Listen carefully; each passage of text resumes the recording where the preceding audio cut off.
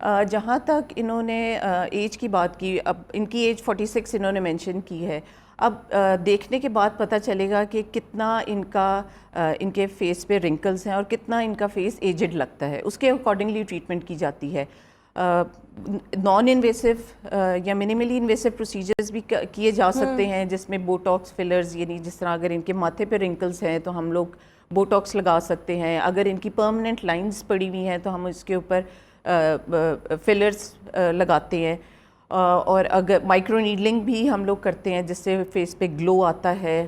P R P بھی کرتے ہیں جس میں بلڈ لے کے اس کو سینٹریفیوج کیا جاتا ہے. یہ ڈپینڈ کرتا ہے کہ کس قسم کا، یہ دیکھ کے ہی پتہ چلے گا کہ کس طرح ہے. اور اگر ان تمام چیزوں کے باوجود بھی نہیں فرق پڑتا اور پیشنٹ کہتا ہے کہ نہیں میں نے 10 ایئرز ینگر لگنا اور زیادہ دیر تک میں چاہتا ہوں کہ یا چاہتی ہوں کہ میرا پروسیجر لاسٹ کرے، تو پھر ہم سرجری کی طرف جاتے ہیں جس میں فیس لفٹ ہے، براؤ لفٹ ہے، نیک لفٹ ہے، یا ڈبل چن کے لیے لائپوسکشن ہے.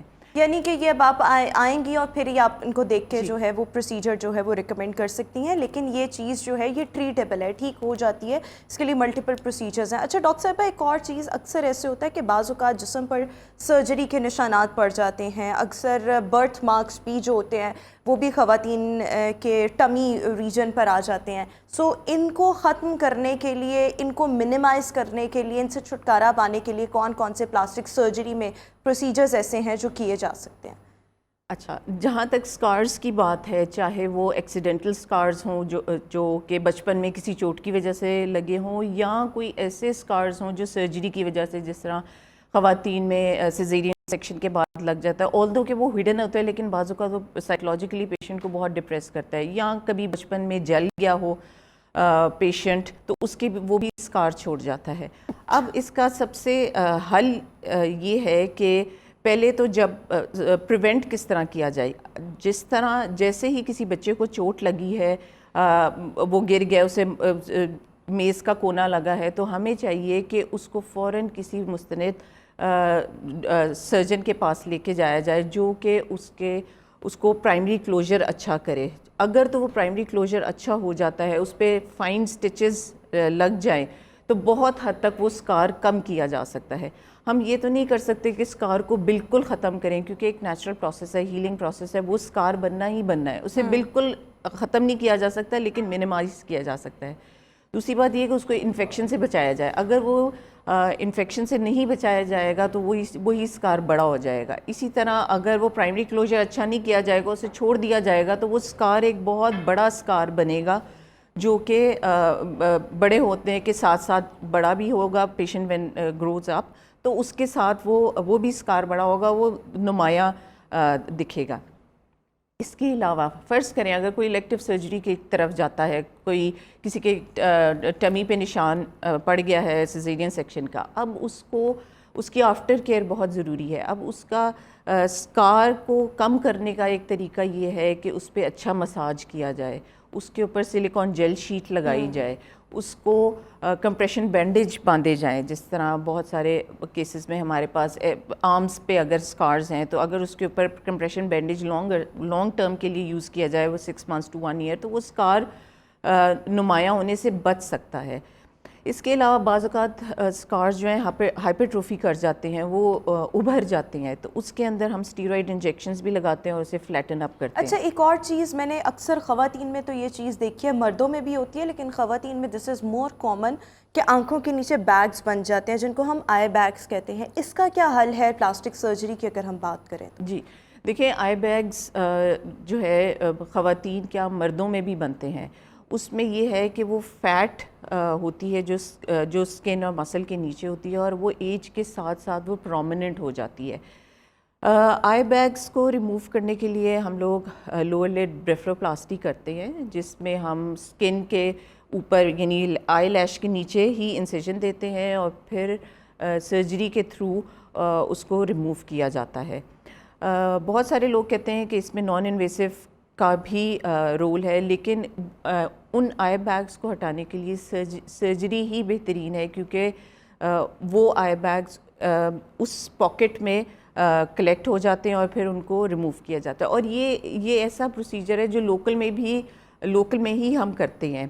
اور اس میں ایک مطلب لوکل لگا دیتے ہیں، پیشنٹ اویک ہوتا ہے، اس کو آئی شیلڈ لگاتے ہیں تاکہ اس کا کارنیا ڈیمیج نہ ہو، اور پھر اس کو اس کے آئی بیگز ریموو کیے جاتے ہیں. اسی طرح اپر لڈ کی جب اسکن ڈھلک جاتی ہے اور آنکھوں کے آگے آ جاتی ہے تو یہ سرجری بھی ہم کرتے ہیں، جس میں ہم فیٹ کے پیڈز بھی نکالتے ہیں جو میڈیلی جو اندر کی سائڈ پہ بنے ہوتے ہیں، اور اسکن کو بھی ریموو کرتے ہیں. اور یہ ایک ایسی سرجری ہے جو کہ اسی وقت پیشنٹ آتا ہے، ڈے کیس سرجری ہوتی ہے، اور اسے لوکل یا سیڈیشن میں اگر پیشنٹ بہت اینکشیس ہے تو اسے کچھ دوائیاں دی جاتی ہیں جس سے وہ سو جاتا ہے، اور پھر ہم اسے اچھا یہ جو تمام پروسیجرز ہیں یا سرجریز ہیں ان کے کوئی نقصانات بھی ہیں؟ کیونکہ ہر چیز it comes with side effects, مطلب پازیٹیوٹیز بھی ہوتی ہیں، پازیٹیو افیکٹس بھی ہوتے ہیں، لیکن آبویسلی سائڈ افیکٹس بھی ہوتے ہیں. تو کیا نقصانات ہیں ان تمام پروسیجرز کے؟ جی کوئکلی بتائیے گا کیونکہ پھر میں نے بریک پر جانا. جی دیکھیں، اس میں سائڈ افیکٹس تو ہر پروسیجر کے کوئی نہ کوئی کمپلیکیشنز ہو سکتی ہیں جو ہم پیشنٹ کو کاؤنسل کرتے ہیں. اب جس طرح آئی بیگ سرجری کی بات کریں تو اس میں اسٹیرلائز انوائرمنٹ میں ہمیں وہ کرنا چاہیے. اگر وہ اسٹیرلائز نہیں ہوگا تو انفیکشن کے چانسز ہیں. اسی طرح مستند ڈاکٹر سے کروانا چاہیے. خدا نخواستہ اگر اس کو ڈیورنگ دا پروسیجر بلیڈرز کو کنٹرول نہ کیے جائیں تو ہیماٹوما بن سکتا ہے، یعنی بروزنگ ہو سکتی ہے، اور خدا نخواستہ آنکھ بھی متاثر ہو سکتی ہے. تو اسی لیے مستند ڈاکٹرز کے پاس جانا بہت ضروری ہے، اور جو اس میں کوالیفائڈ ہیں، جنہوں نے ٹریننگ لی ہوئی ہے، ان کے پاس جانا بہت ضروری ہے کہ اسٹیرلائز انوائرمنٹ میں ہاسپٹل سیٹ اپ میں وہ کیا جائے اور مستند ڈاکٹر سے کروایا جائے. بالکل ٹھیک ہو گیا. Thank you so much doctor Ayesha Usman ہمارے ساتھ موجود تھیں، اور خواتین کے ڈفرینٹ مسائل جس میں پلاسٹک سرجری کروائی جا سکتی ہے آج ہم یہ ڈسکس کر رہے تھے. اسی کے ساتھ ابھی ہم شو میں ایک بریک شامل کریں گے. Will see you after this short break.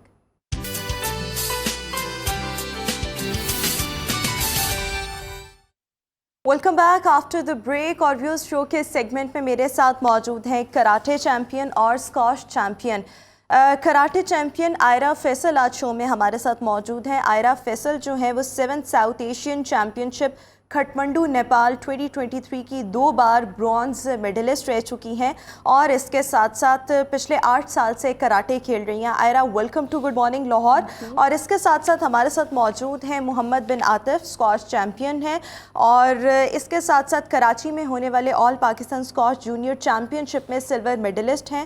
Under 13 category میں یہ کھیلتے ہیں، اور ساتھ ہی ساتھ 8 سال کی عمر سے یہ اسکواش کھیل رہے ہیں. So I welcome Atif to you in good morning Lahore. So سب سے پہلے میں آپ سے یہ جاننا چاہوں گی آئرہ کہ سب سے پہلے اگر ہم بات کریں کراٹے کی، سو کراٹے کا چیمپئن بننا یہ کتنا ڈیفیکلٹ ٹاسک تھا آپ کے لیے؟ یہ 8 سال سے میں کر رہی ہوں. تو جب میں نے سٹارٹ کیا تھا تبھی سے میرا تھا کہ میں نے اس کو انٹرنیشنل لیول پر لے کر جانا ہے. تو آہستہ آہستہ سٹارٹ کرتے کرتے مجھے پھر اس میں انٹرسٹ پڑنے لگ گیا، اور جب میں دیکھتی رہی کہ دوسری لڑکیاں جا رہے ہیں تو میں بھی جا سکتی ہوں. تو اس میں یہ ہے کہ پریکٹس چاہیے ہوتی ہے، پریکٹس جو دل سے کرے وہ انشاءاللہ آگے جاتا ہی جاتا ہے. اچھا یہ جو ہے 7 ساؤتھ ایشین چیمپئن شپ کھٹمنڈو نیپال، یہ کیا ہے؟ اس میں اور کتنے ممالک نے پارٹیسپیٹ کیا، اور اس میں جو آپ کی کارکردگی تھی اس کے حوالے سے بھی بتائیے گا. اس میں ڈفرینٹ کنٹریز سے آتے ہیں، جیسے کہ انڈیا، نیپال اور بنگلہ دیش، سری لنکا، ایسے بھوٹان بھی تھا. تو اس میں آپس میں مقابلہ ہوتا ہے، اور اس میں جو ہے ڈفرینٹ ٹیمز جو ہے ڈفرینٹ سے لڑتی ہیں آپس میں، مطلب لڑتی ہیں وہ لوگ. تو اس میں یہ تھا کہ میں نے 2 کیٹیگریز میں نے لیا تھا، پارٹیسپیٹ کیا تھا. ایک تھی ٹیم فائٹ اور دوسرا تھا کاتا. تو اس میں جو تھی میں برونز میڈلسٹ میں آئی تھی. اچھا اس کے ساتھ ساتھ عاطف میں آپ سے یہ جاننا چاہوں گی، آپ 8 سال کی عمر سے جو ہے وہ اسکواش کھیل رہے ہیں. ابھی آپ کی ایج کیا ہے؟ 12 ایئرس ہے، یعنی کہ تقریباً 4 سال ہو گئے ہیں آپ کو. سو اسکواش کھیلنے میں مطلب کیا کیا چیلنجز جو ہیں وہ آپ کو درپیش آئے، اور اس کے ساتھ ساتھ کتنا ٹف یہ ہے، یا اگر پیشن ہو تو یہ ایزی ہے؟ اگر پیشن ہو تو یہ ایزی ہے، لیکن ہمارے یہ چیلنج تھے کہ 4 صوبے سے نا پلیئرز آئے، ویسے 32 ہر کیٹیگری میں 32 پلیئرز ہوتے ہیں. تو ان سب کو بیٹ کر کے فائنل میں جانا، اور پھر ان کو فائنل میں جا کے بیٹ کرنا، یہ کافی مشکل ٹاسک ہوتا ہے. تو اس کو بیٹ کرنا کافی مشکل ہوتا ہے. بالکل ٹھیک ہو گیا. اچھا اس کے ساتھ ساتھ یہ اسکواش جو ہے اس کی ٹریننگ آپ نے کہاں سے لی، اور جب آپ نے کھیلنا سٹارٹ کیا تو آپ کو لگا کہ آپ اس طرح سے اس لیول تک آئیں گے؟ کیونکہ جب ہم کوئی چیز سٹارٹ کرتے ہیں ہمیں آئیڈیا نہیں ہوتا کہ ہم یہاں تک پہنچ پائیں گے, ہم تو بس ایسے ہی ہنسی مذاق میں شروع کر دیتے ہیں. تو آپ ہمیشہ سے اتنے سیریس تھے اسکواش کو لے کر, یا یہ وقت کے ساتھ ساتھ آپ سیریس ہوئے جب آپ نے اپنی کارکردگی دیکھی؟ شروع میں تو نہیں تھا, لیکن جس طرح آہستہ آہستہ میں ٹورنامنٹس وغیرہ جیتتا رہا تو اس طرح میرا فیوچر بن رہا آگے سے. تو میں نے کہا تھا اب اس کو میں اسٹارٹ کروں گا, تو اس طرح میں آگے اتنی ساری ٹرافیز لیے, میڈلس لیے. ایشین جونیئر میں نے برونز میڈلسٹ ہوں, تو اس میں اس طرح پھر آگے میری شوق بڑھتا رہا, تو اس لیے میں اس روٹی. اچھا, اسکواش کی ٹریننگ آپ نے کہاں سے لی؟ میں نے پنجاب اسکواش کمپلیکس. ٹھیک ہے, بالکل ٹھیک.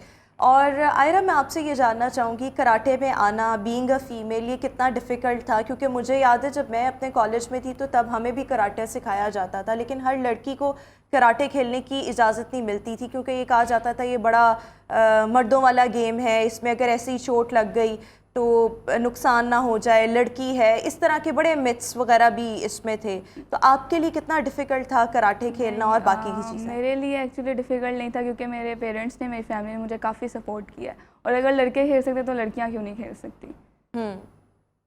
سو آپ کو مطلب کراٹے کھیلنے میں کبھی ایسے ہوا کہ کبھی ہٹ ایسے کیا ہو کسی نے کہ آپ کو بڑی تکلیف ہوئی ہو؟ لگتی ہے, کراٹے میں لگتی ہے, آپ کو انجریز ہو جاتی ہیں, کافی انجریز ہو جاتی ہیں. آپ کو کبھی کوئی انجریز ہوئی؟ ہاں ہوئی ہے, مجھے ابھی میری ایلبو کی انجری ہوئی ہے, اور وہ پچھلے سال سے, پچھلے نیشنل سے ہے, تو اب وہ دوبارہ تازہ ہو گئی ہے. اچھا, کیونکہ ٹریننگ کرتے ہوئے لگ جاتی ہے تو پتہ نہیں چلتا. تو نہیں تو پھر اس میں اس تکلیف کی شدت کو پھر آپ کیسے کم کرتے ہیں؟ ادویات سے ہی کرتے ہوں گے, لیکن یہ چیز, یہ تکلیف آپ کا پیشن تو کہیں کم نہیں ہونے دیتی؟ نہیں, کبھی بھی نہیں. یہ اور مطلب بڑھاتا ہے کہ چوٹ ہے تو کیا, کھیلنا تو ہے نا. ہاں, بالکل ٹھیک ہو گیا. اچھا عاطف, گھر والوں نے آپ کو کتنا سپورٹ کیا اسکواش میں؟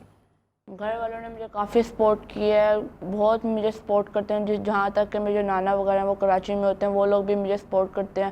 جب میرے کراچی میں میچز ہوتے ہیں تو وہ مجھے وہاں پہ دیکھنے آتے ہیں, مجھے سپورٹ کرتے ہیں سارا, اور سارے مجھے سپورٹ کرتے ہیں. گھر میں کوئی اور جو ہے وہ سپورٹس یا گیمز میں پارٹیسپیٹ کرتا ہے؟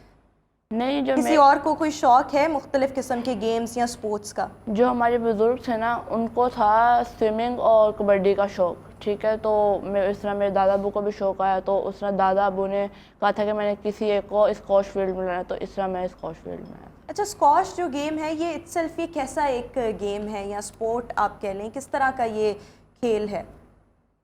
یہ ٹف گیم ہے. ہاں, ورلڈ ٹف گیم ہے اسکواش. تو اس میں ٹریننگ ہوتی ہے, ٹف ہوتی ہے, اور ڈائٹ ہوتی ہے پراپر. اور اس کے ساتھ ساتھ یعنی کہ روزانہ ابھی بھی آپ کتنی دیر پریکٹس کرتے ہیں اسکواش کی؟ میں روزانہ 6 اور پریکٹس کرتا ہوں. 6 گھنٹے؟ جی. پڑھتے بھی ہیں ساتھ؟ جی.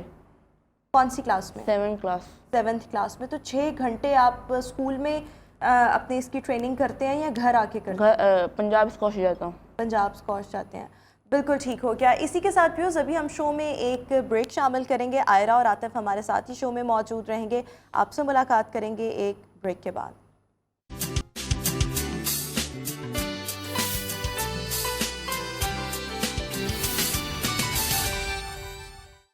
Welcome back after the break. اور ویورز, میرے ساتھ شو میں موجود ہیں اسکواش چیمپئن محمد بن عاطف, اور ساتھ ہی ساتھ میرے ساتھ کراٹے چیمپئن آئرہ بھی اس وقت شو میں موجود ہیں. آئرہ, میں آپ سے جاننا چاہوں گی آپ ڈیلی کراٹے کی کتنی پریکٹس جو ہیں وہ کرتی ہیں؟ 3 گھنٹے.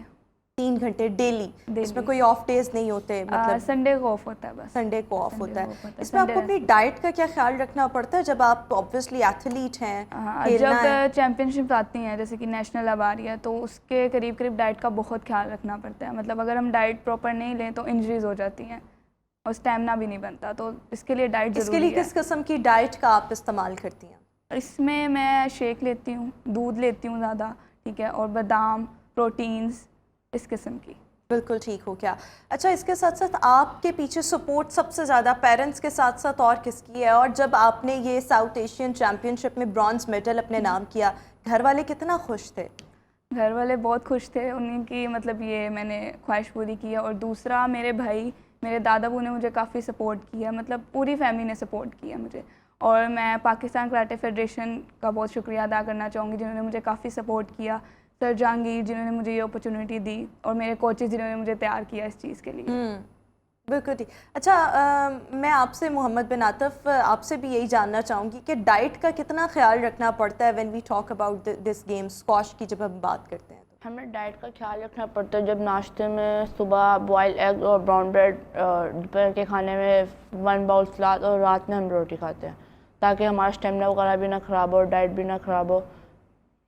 بالکل ٹھیک. اور کس کس نے آپ کو سپورٹ کیا یہاں تک آپ پہنچے ہو؟ تو کس کس کی سپورٹ اس میں شامل ہے؟ یہ AKD گروپ ہے، کیل کریم ڈیڈی، اور کیا یامین حبیب آنر آف ایٹریم مال، اور چیمبر پریزیڈنٹ، اور میاں وقار. ان لوگوں نے آپ کو سپورٹ کیا ہے. آئرہ ایک اور یہ چیز کہ مطلب آپ اس وقت کون سی کلاس میں پڑھ رہے ہو اور اپنی اسٹڈیز کے ساتھ روزانہ 3 گھنٹے مینیج کرنا کتنا مشکل ہو جاتا ہے ایٹ ٹائمس؟ یہ میں ابھی 2nd ایئر میں پڑھ رہی ہوں، آئی کام پڑھ رہی ہوں پنجاب کالج سے. تو یہ ہے کہ اسٹڈی کے ساتھ مینیج کرنا تو مشکل ہے لیکن کرنا پڑتا ہے کیونکہ اب اسٹڈی بھی ساتھ ساتھ لے کر چلنی ہے اور اسپورٹس بھی. اور آپ نے اس کے ساتھ ساتھ ساؤتھ ایشین چیمپئن شپ کے ساتھ ساتھ مزید کن کن مقابلوں میں پارٹیسپیٹ کیا؟ میں 3 سال سے نیشنل چیمپئن شپس کھیل رہی ہوں، ڈسٹرکٹ کھیل رہی ہوں اور بورڈ کھیل رہی ہوں، تو کافی مقابلے میں کھیل چکی ہوں. اچھا، اگر آپ کے سامنے اگر آپ کو کوئی تنگ کرے یا روڈ پر چلتے پھرتے کوئی ایویں تنگ کرے تو آپ اس کو ہٹ کر سکتی ہیں اچھے سے؟ ڈیفینیٹلی. بالکل ٹھیک ہو گیا. ابھی آپ کے پاس کون سی بیلٹ ہے؟ میرے پاس بلیک بیلٹ ہے. بلیک بیلٹ ہے. جی الحمدللہ. اس کے ساتھ ساتھ آپ سے میں یہ جاننا چاہوں گی آپ اس وقت کون سی کلاس میں ہو Atif? 7th class. 7th class میں ہو. اور مطلب اپنی پڑھائی کے ساتھ ساتھ آپ انہوں نے تو 3 گھنٹے روزانہ پریکٹس کرتے ہیں، آپ 6 گھنٹے کرتے ہو، تو پڑھائی کے ساتھ ساتھ یہ مشکل نہیں ہو جاتا مینیج کرنا؟ مشکل تو ہو جاتا ہے. اسکول والے ہمیں تھوڑی بہت لیو بھی دے دیتے ہیں کہ جس طرح پیپرز وغیرہ آ گئے، ساتھ میچز آ گئے تو ہم ان کو لیو دے دیتے ہیں، تو ہم پیپرز کے بعد میں لے لیتے ہیں. پہلے وہ کہتے ہیں میچز وغیرہ آپ کھیلاؤ تو پھر ہم آپ کے پیپرز وغیرہ بعد میں لے لیں گے. اس طرح پھر ہم مینیج کرتے ہیں. بالکل ٹھیک ہو گیا. تو پڑھائی کو کتنا ٹائم دیتے ہو روزانہ؟